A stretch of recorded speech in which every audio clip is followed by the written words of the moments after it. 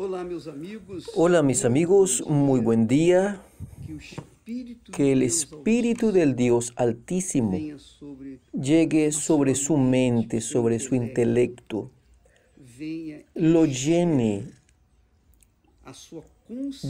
su conciencia de luz para que usted pueda ver, pueda entender su voluntad para su vida. Eso es lo que Dios quiere. Dios quiere que usted entienda su palabra para que una vez usted, siguiendo esa palabra, la palabra de Dios, entonces usted recoja los buenos frutos de la obediencia a esa palabra. Porque Dios es Padre. Dios es Padre. En la figura divina no existe la madre. No. Existe el Padre, el Hijo y el Espíritu Santo. La palabra viva del Padre y del Hijo. Entonces, cuando Dios habla, es para que la palabra de Él, una vez siendo observada, obedecida, seguida, entonces la persona recoja los frutos de esa obediencia. Y eso se llama fe. La fe es la certeza de que Dios hará aquello que prometió que haría. Solo eso. Es eso lo que se llama fe. Fe es certeza. Cuando la persona vive en la fe, ella vive en la certeza. Y si ella tiene una fe inteligente, ella vive en la certeza inteligente. Certeza inteligente es que Dios hará como está escrito, está prometido. Conforme Él mismo dice la palabra que sale de mi boca, no volverá a mí vacía. Entonces es así.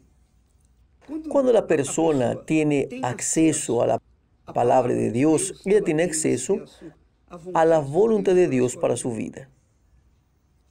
Cuando ella piensa los pensamientos de Dios en la palabra de Él, nosotros tenemos los pensamientos de Él. Cuando ella piensa de acuerdo con la palabra de Dios, entonces ella vive en la justicia. Ella vive en la justicia. Y esa justicia le trae sus beneficios, porque quien obedece la ley, yo digo, no solamente la ley de Dios, los mandamientos. Jesús mismo dice, yo no vine para quebrar la ley, yo vine para cumplir la ley. Jesús era el cumplimiento de la ley. Sea la ley de Dios, sea la ley de los hombres, es más que la ley de los hombres. Normalmente, 90% es injusta, es para oprimir las personas. Aún así, nosotros somos obligados a obedecer. ¿Y quién hace las leyes o los responsables por las leyes o los ejecutores de las leyes humanas? Van a recoger los frutos de su injusticia. Pero tratándose de la ley de Dios, de la palabra de Dios, si usted obedece la palabra de Dios, usted tiene derechos y privilegios. Así como cuando usted obedece la ley de los hombres, aunque sean injustas, aún así usted tiene el privilegio de andar de cabeza levantada, ¿no es verdad? Por ejemplo, apenas a título de ejemplo, usted contrajo una deuda y usted, porque es una persona íntegra, usted es una persona de carácter, usted obviamente no va a querer quedar en deuda con nadie. Entonces usted queda preocupada, usted queda preocupado, usted queda ansioso, usted quiere resolver aquel problema porque usted es una persona derecha, usted es una persona del bien. Entonces usted quiere cumplir su parte, usted quiere cumplir, pagar su deuda para quedar libre de aquella conciencia mala de estar en deuda con alguien. No es así. Bien, con Dios es la misma cosa. Cuando usted cumple la palabra de Él, cuando usted obedece, cuando usted mantiene su conciencia limpia de las injusticias que son, entonces usted se vuelve un beneficiado de la ley, porque la palabra de Dios no trae solo obligaciones, pero trae bendiciones.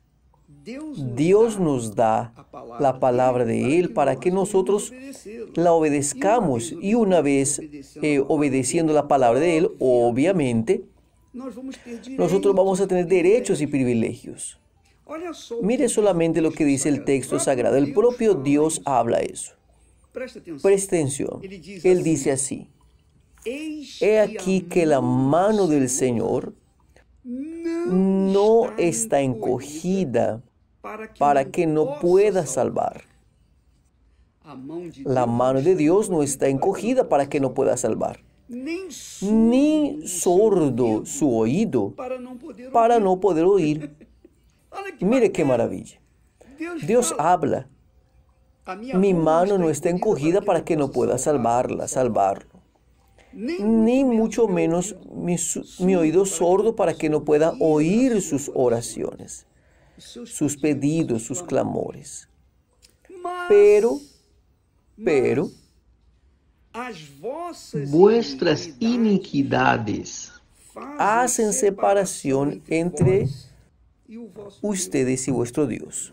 Quiere decir, el pecado, las injusticias, hacen separación del ser humano de Dios, que es la justicia. ¿Cómo es que una persona que vive en el pecado, en la injusticia, puede tener comunión con la justicia? No puede. ¿Por acaso puede la luz combinar con las tinieblas? No.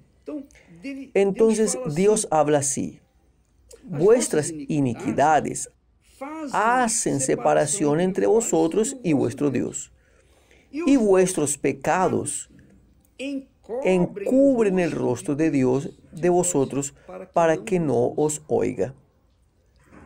Entonces ahí la persona dice: sí, pero obispo, todos nosotros erramos, todos nosotros fallamos. ¿Quién es el que no peca? Aquel que no tuviera pecado sea el primero en lanzar la piedra. Hoy, Jesús perdonó la mujer que fue agarrada infragante en adulterio. Él perdonó, Él perdona. Él perdona, siempre perdona. Siempre va a perdonar, pero el perdón de Dios exige de fe. El perdón de Dios exige fe ejercida, la fe sacrificante, la fe que usted obedece, que nosotros obedecemos. Muy bien, yo cometí un determinado pecado.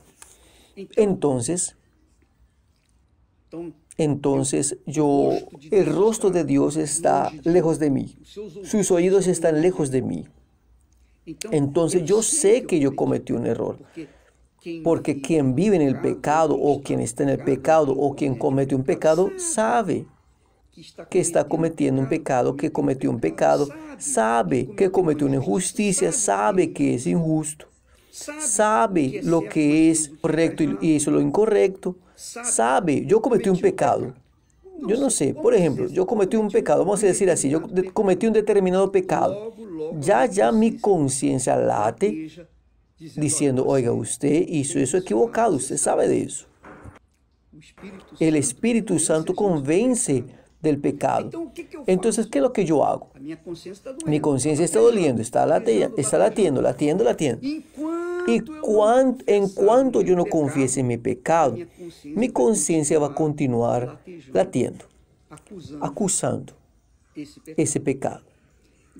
Entonces, cuando yo uso la fe en las promesas o en la palabra de Dios, porque la palabra de Dios dice así: si confesares vuestros pecados, Él es fiel y justo para perdonarlos.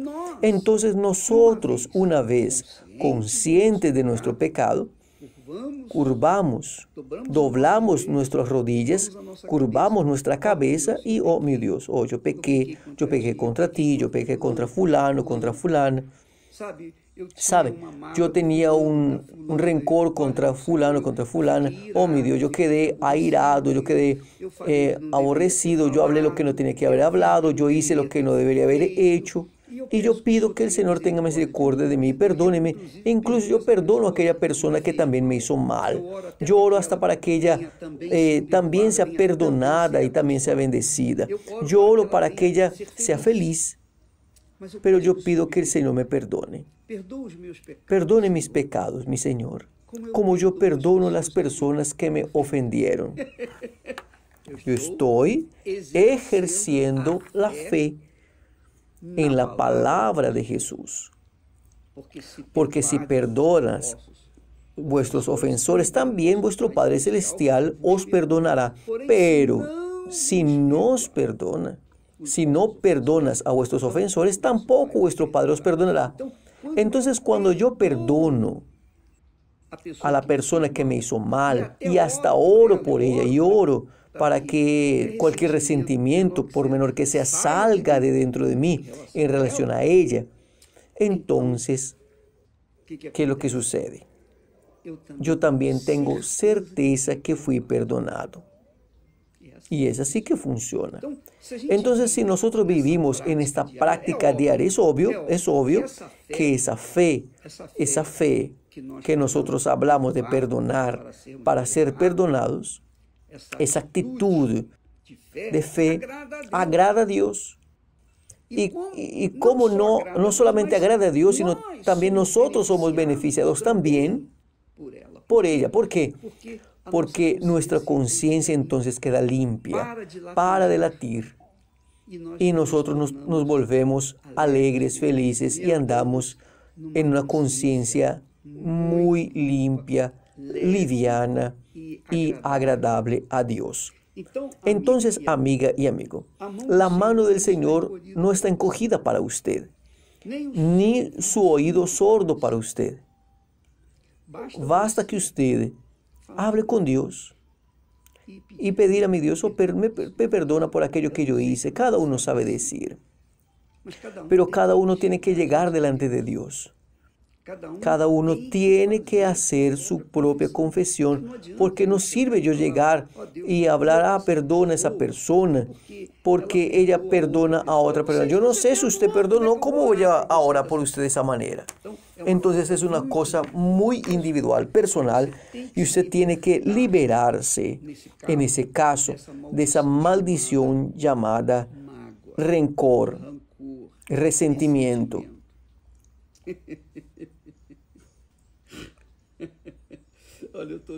Mire, yo me estoy riendo aquí porque